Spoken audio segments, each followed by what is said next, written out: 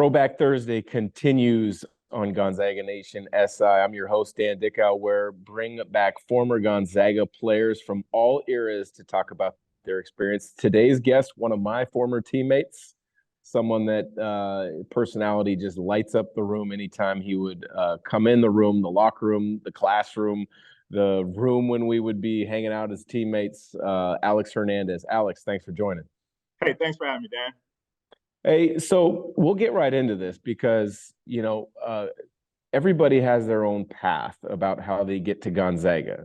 You had a unique and interesting path, your youth growing up, and then you spent your high school years in Las Vegas before going to Casper Community College. You were an All-American at the community college level, and I don't think a lot of people understand how difficult that is, but then also the opportunities that brings. You chose Gonzaga over a lot of maybe at the time higher profile schools. What was it about Gonzaga for you at the time that said, I want to be there? Well, it was, they had a great run in that 99 year, Elite Eight. And when I took a visit there, it was something special about that place. The camaraderie of the guys. There was a lot of guys that were gym rats, which I liked. A lot of accessibility to the gyms, and everything was very intimate, and that's what I enjoyed about it. So give us a little bit of an idea about what other schools were recruiting you, because I hate to date both of us. That was 20 plus years ago. Yeah. Well, I had some top schools, USC, pretty much a lot of schools on the West Coast, UCLA, UNLV, Pittsburgh. UConn, Tulsa when Bill Self was there. Those I was getting highly recruited. So you're a Vegas kid. Correct. UNLV's recruiting you. Yeah. How do you say no to that? Well, I knew I wanted to get away from home because I've been there pretty much my whole life. And I wanted just to experience new things. And when I left to Casper, it was my first time on an airplane. So that was, culture shock in itself. And I, accepted it. And I just knew Vegas wasn't for me. And UNLV at that time wasn't very good. So that's why I didn't really choose UNLV. So you get to Gonzaga. You mentioned you wanted to be around a bunch of guys that, we're always in the gym working. I think that's one of the great things about Gonzaga, is individual work, you've got chances to get better. Open gym, we're always in the gym playing to get better. And then you get coaches that, from it was Coach Few early stages and Tommy's early stages as an assistant coach, leaving no stone unturned to try to figure out how to improve your game and then in turn improve the team's performance and opportunities. What was it about your game that allowed you to excel? Because you seem to play best in the big moments. Yeah, my whole career was kind of like that. I always liked the bright lights. And, growing up in the Casper, I always was playing inside, as so that I knew that my game coming into Gonzaga would fit in very well. We led the nation in rebounds that year, and that I was always the grinder, and it kind of fit my game. So when you played at Gonzaga, there's always each guy always has a couple memories, whether it's a game or an experience or a big moment that they can look back at and think of, hey, that was awesome. What would that be for you? Well, there's a few. One that comes to mind is actually when we played St. Joe's, if you remember that. And we get to Philly, we go into this small gym, and it felt like a high school gym, and it was electric, and the vibes were just unreal. And that game was back and forth. They had great players. I think Delonte West was on that team. And then it came down to the wire, and you got the ball on the wing and did a nice crossover and fade away. I think that was pretty amazing game. Well, I just for the listeners out there, I didn't set you up or tell you to say that.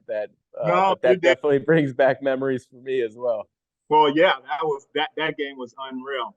And obviously a bad memory would be losing to Wyoming in New Mexico, which I still get talked to about, which, bring back bad memories. But obviously the committee gave us a bad seating and a bad placement.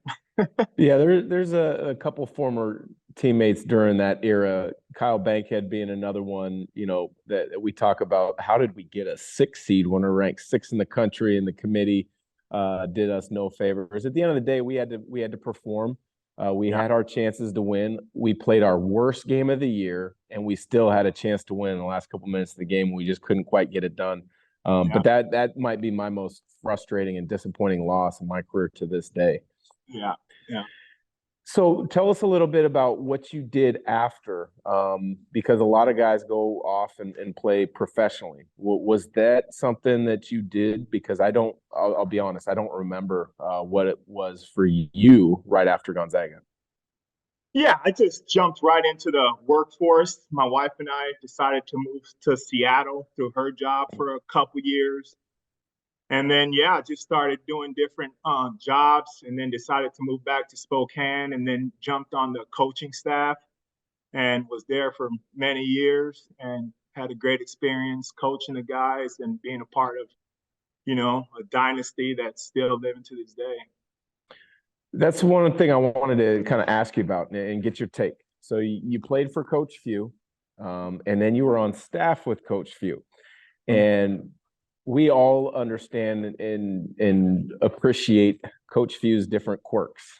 When you're around him all the time, you kind of start to understand him and see like, hey, that's why he's so successful at what he does, because he can kind of uncover some talents within guys that maybe they don't know are there, bring them out, help those players to improve, and kind of put them collectively together as a team. How different was it to be around him daily on the coaching staff side than it was as a player? Well, working with him, he was a lot calmer. You could actually have a good conversation with him, instead of him yelling at you all the time to post out or swing the ball or don't shoot that. But he's a mastermind. He's a great leader. He's, both our daughters play on the same high school team at Gonzaga Prep, so I see him very often, and we definitely chop it up and still talk basketball and strategy. And he's just a great coach that knows how to win. He, has the formula that's, still runs the same thing when you and I played, still orchestrates the program the same way. And, that's what I admire about him. You spent a couple of years on the staff, but you're no longer in coaching at that level. Many of the assistant coaches have gone on to do different things as head coaches. What was it about you that decided, hey, coaching wasn't the path that I wanted to take? Because for many guys it is, for some it isn't, and a lot of people don't realize the timing, the hours, and commitment it takes to be a coach at that level. Yeah. And, I had deep conversations with my wife when I decided to step down. And I knew she's an executive, she works for Frito-Lay, and she manages North America Costco, or not Costco, but the snack side of the business. So she travels a lot, and we needed to find balance. And her job was higher paid. So we decided to find balance. And, I managed the household. So I'm fortunate enough to, be semi-retired and manage the kids' schedules and coaching them, and it's a job in itself. But yeah, that's pretty much it. So you coach some of your kids' sports and events. Obviously, I've seen you at the warehouse and different places over the years where you are coaching. What are maybe 1 or 2 takeaways from your time with Coach Few that you use when you're coaching youth players?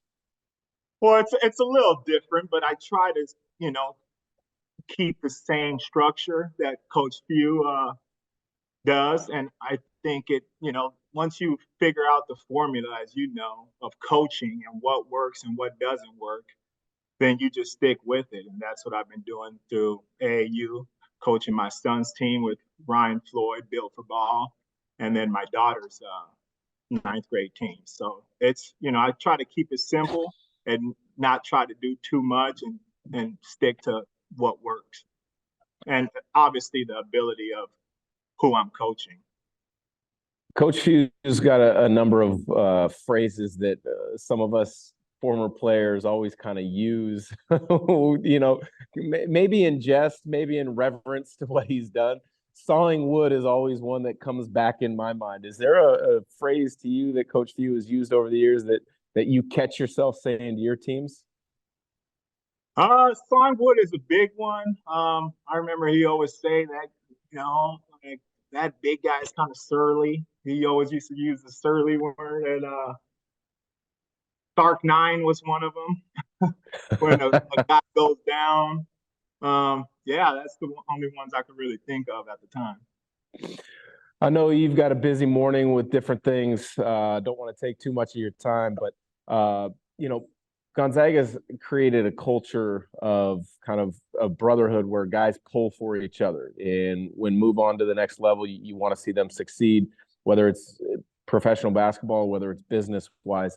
But we always kind of look at different eras and say, man, if that guy could have joined our team, he would have been a difference maker, or I wish I could have played with that group or with that player. Is there one player at Gonzaga that you wish, I guess, two-part question. Is there one player that you wish we could have added to our 2002 team? And then who would you have loved to have played with? And that the two players don't have to be the same.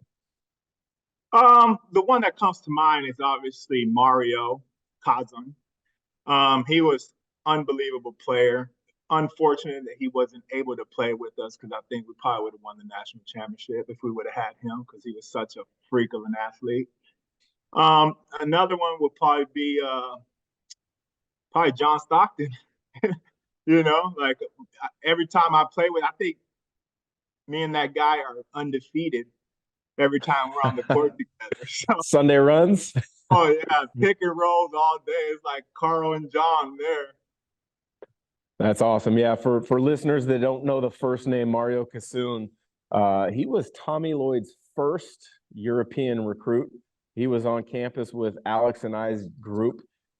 NCAA never deemed him eligible, and I do agree with you, Alex. Had he been deemed eligible, he was a 7'1" difference maker. He could score inside, outside, pick and roll, defend the rim. We would have had a legitimate chance at winning a national title. The NCAA did Gonzaga wrong. I can say that with 100% certainty in my mind. I agree, man. That guy at 7 foot could shoot step back threes, was remarkable, man. He was very talented, and he was there at GU for 2 years and then jumped in the NBA. So it kind of worked out for him. Absolutely. Well, Al, appreciate the time. Look forward to connecting with some of our other teammates and other Zags from different eras. But you are today's guest on Throwback Thursday. Appreciate you joining. All right. Thanks for having me, Dan.